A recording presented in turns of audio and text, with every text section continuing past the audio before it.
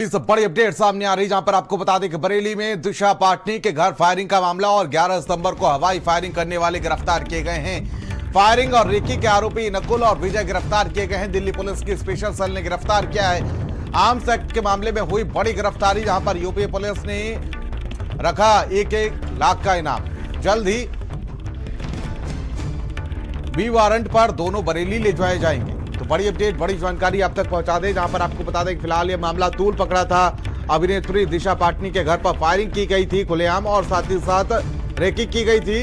उसके बाद आपको बता दें कि गोल्डी बराड़ गैंग ने इस पूरे मामले की जिम्मेदारी ली थी। तो वहीं आपको बता दें कि फिलहाल जल्द ही बी वारंट के जरिए दोनों बरेली ले जाए जाएंगे। तो बरेली में दिशा पाटनी के घर फायरिंग का मामला, जिसमें आपको बता दें कि 11 सितंबर को हवाई फायरिंग करने वाला गिरफ्तार किया गया है। फायरिंग और रेकी के आरोपी नकुल और विजय गिरफ्तार किए गए। बड़ी अपडेट, बड़ी जानकारी आप तक पहुंचा दें यहां पर दिल्ली पुलिस की स्पेशल सेल ने गिरफ्तार किया है। तो वहीं अभिनेत्री दिशा पाटनी के घर पर फायरिंग और फिर एनकाउंटर में ढेर, जिसके बाद एक्ट्रेस के पिता जगदीश सिंह पाटनी ने मुख्यमंत्री योगी आदित्यनाथ का आभार जताया है। क्या कुछ मामला है, रिपोर्ट में देखिए।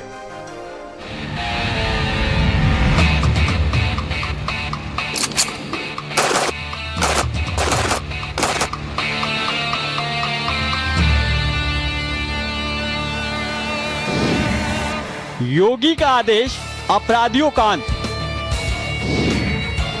दिशा हाउस फायरिंग, बदमाश ढेर। गोल्डी बराड़ गैंग को एसटीएफ का झटका।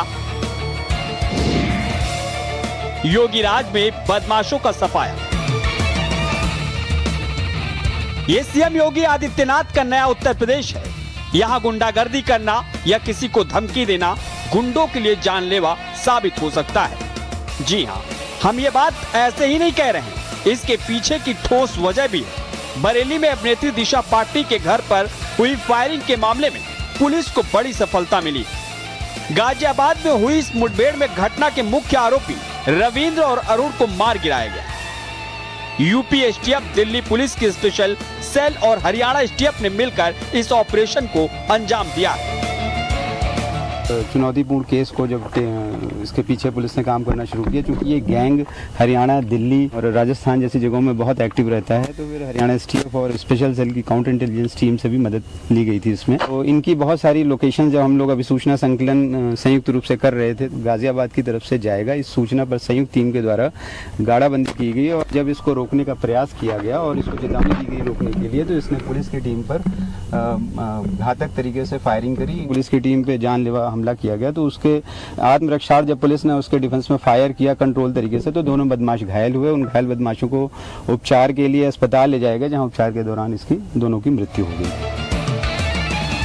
सितंबर की सुबह करीब 3:45 पर बरेली में बाइक सवार दो बदमाशों ने अभिनेत्री दिशा पाटनी के घर पर करीब 9 राउंड फायरिंग की थी।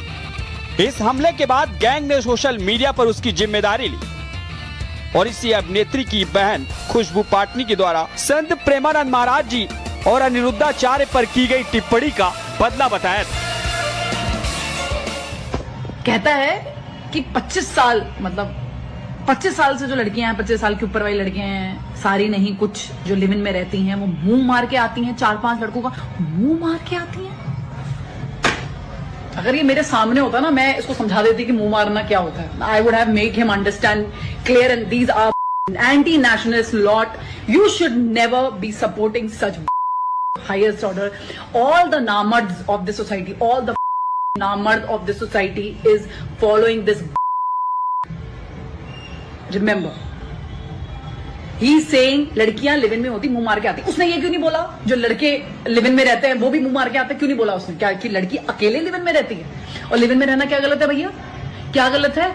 अगर शादी करके पूरा बर्बाद करके एक दूसरे के घरों को, उससे बेटर अगर जो इंसान दिमाग लगा रहा है कि माँ बाप ने शादी करके ड्रामा मार रखा है, उससे पहले मैं खुद जाके देख लूं भाई ठीक है ठीक नहीं है, उसमें क्या गलत है? फायरिंग से यूपी में हड़कंप मच गया। घटना के बाद अभिनेत्री दिशा पाटनी के पिता और पूर्व डीएसपी जगदीश पाटनी से फोन पर बात की और उन्हें सुरक्षा का भरोसा दिलाया था। इसके बाद दिशा पाटनी के पिता ने कहा कि सीएम योगी आरोपियों को पाताल से भी ढूंढ निकालेंगे। माननीय मुख्यमंत्री उत्तर प्रदेश श्री योगी आदित्यनाथ जी का आभार व्यक्त करता हूं, उनको धन्यवाद देता हूं कि उन्होंने मुझे तथा मेरे परिवार को अभयदान देकर हमें कृतज्ञ किया है। जैसा उन्होंने मुझे भरोसा दिलवाया था, आज उसका उन्होंने एक साकार रूप यहाँ पे दिखाया है।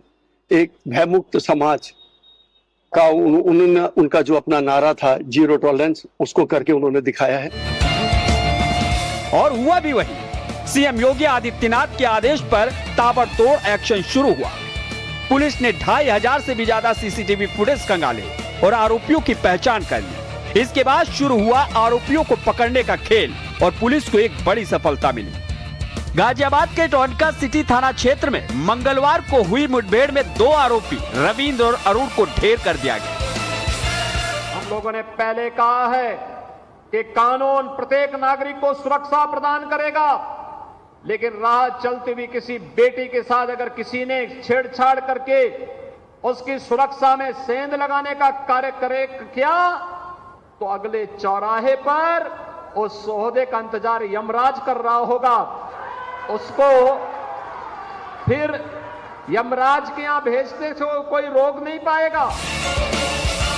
दोनों के शूटर कुख्यात गोल्डी बरार और रोहित गोदारा गैंग के सक्रिय सदस्य थे। दोनों पर 1-1 लाख का इनाम घोषित किया गया था।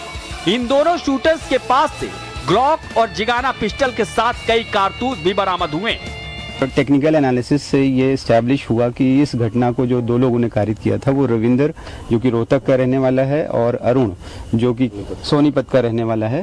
इन 2 लोगों ने वो घटना कारित करी है। इनके पास से जो हथियार बरामद हुए हैं, जिगाना और ग्लॉक जो कि बहुत ही बढ़िया वेपन है, उससे पुलिस की टीम पे जानलेवा हमला किया गया। इनके पास से मौके से एक जिगाना पिस्टल, ग्लॉक और वाइट अपाचे मिली है। वाइट अपाचे जो दिशा पटानी के घर पे फायरिंग हुई थी उसमें प्रयोग की गई थी। सीएम योगी आदित्यनाथ यूपी में कानून व्यवस्था सुधारने के प्रयास लगातार कर रहे हैं। यूपी की कानून व्यवस्था को चैलेंज करने से पहले ये शूटर्स शायद भूल गए कि सीएम योगी यूपी में कानून व्यवस्था सुधारने को लेकर किस कदर प्रतिबद्ध है और इसका खामियाजा इन दोनों शूटर्स को भुगतना पड़ा। ब्यूरो रिपोर्ट, भारत समाचार।